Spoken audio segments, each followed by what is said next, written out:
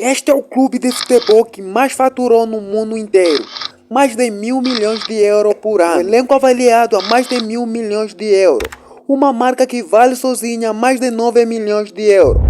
Mas há mais de 100 anos atrás, isso era apenas um grupo de estudantes que queria jogar. É isso aí, hoje vamos falar da história do Real Madrid, da sua trajetória desde o início até onde está em 2026. Então já deixa aí o seu like, se inscreve no canal e veja aí a narração.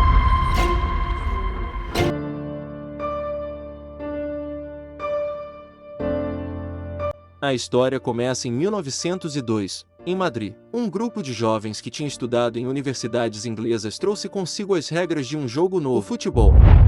Fundaram o Madrid Futebol Clube, oficializado a 6 de março desse ano pelos irmãos Juan e Carlos Padrós. O primeiro jogo da história do clube aconteceu poucas semanas depois, a 13 de maio de 1902, contra o Barcelona. Já ali nascia a rivalidade que definiria o futebol espanhol pelo século seguinte.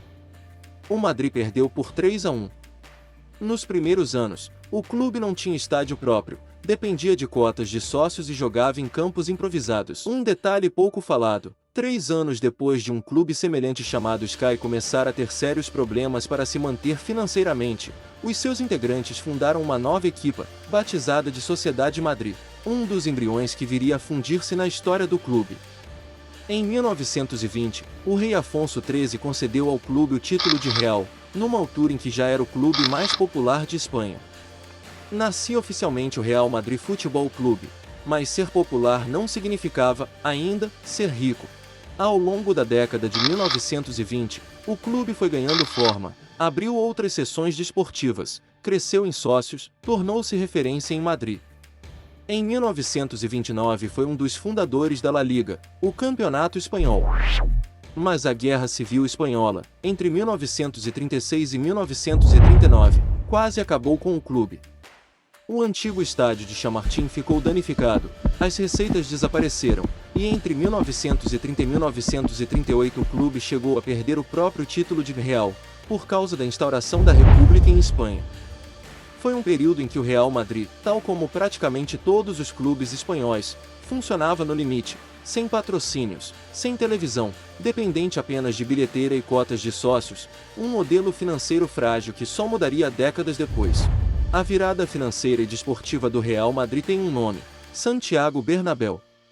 Eleito presidente em 1943, num clube ainda a recuperar da guerra, Bernabéu teve uma ideia ousada para a época: construir um estádio próprio, moderno, capaz de gerar receita própria em vez de depender de campos alugados. O novo estádio foi inaugurado em 1947, mais tarde, passaria a ter o seu nome. Foi uma das primeiras grandes decisões de infraestrutura do futebol europeu pensada como investimento de longo prazo. A lógica de que o estádio é um ativo financeiro, que hoje parece óbvia, começou ali. Com receita própria a crescer, Bernabéu investiu em contratações internacionais, algo raro na época. Trouxe o argentino Alfredo Di Stéfano, e depois o húngaro Ferenc Puskás. O resultado esportivo foi imediato.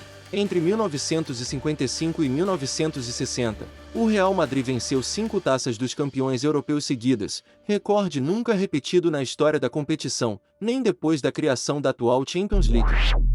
Essa era dourada consolidou o Real Madrid como marca internacional muito antes da maioria dos rivais perceber o valor disso.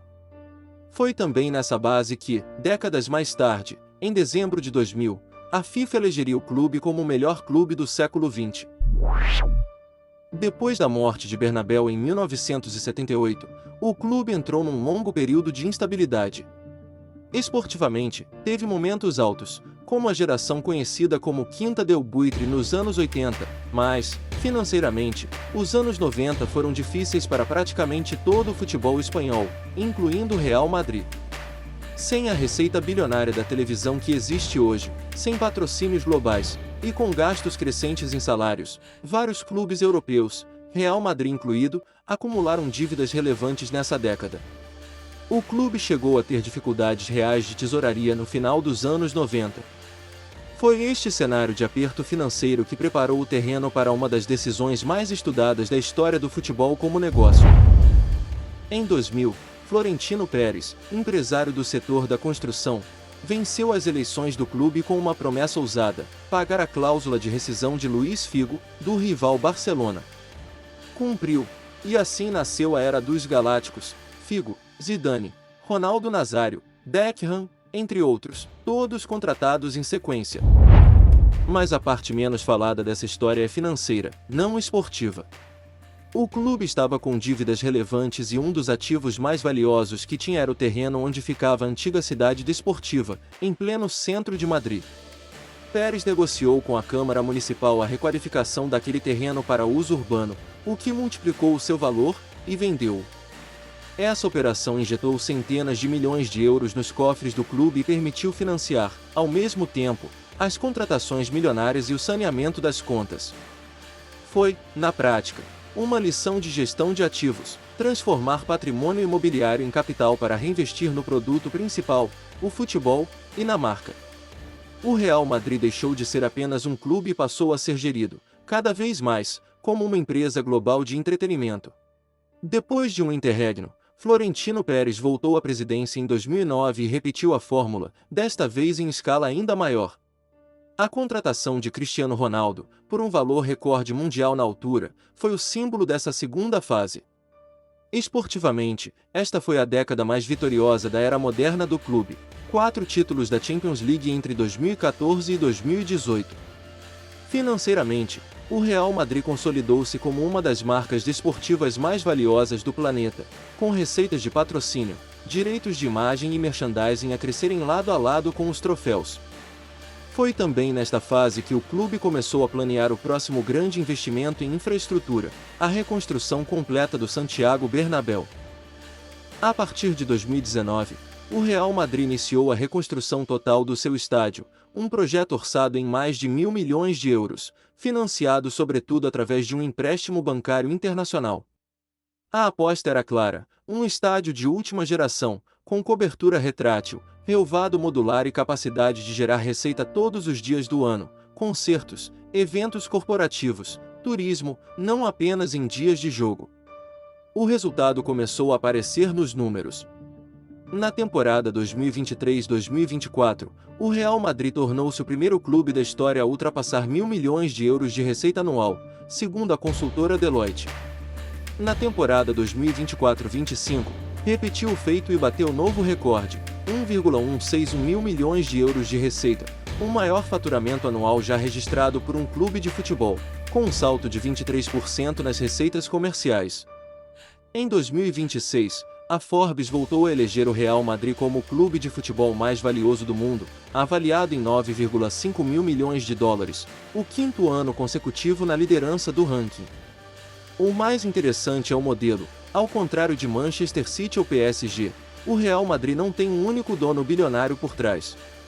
É uma associação de sócios, sem fins lucrativos na forma jurídica, mas gerida com lógica de empresa, reinvestindo receita em infraestrutura, elenco e marca, geração após geração de dirigentes. Do terreno vendido para pagar dívidas aos Galácticos, até ao estádio de 1.000 milhões de euros que hoje gera receita todos os dias, a história do Real Madrid não é só sobre golos e taças.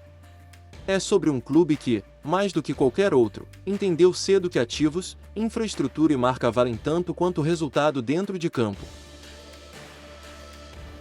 É como você viu a narração: o Real Madrid que você vê hoje passou por várias dificuldades, né? Já teve em crise financeira, também já passou por muita... Agora comenta aí o que você acha da história do Real. Já deixa o seu like, se inscreve no canal e beijinho. Até o próximo vídeo. Tchau e Chico Guardiola te ama.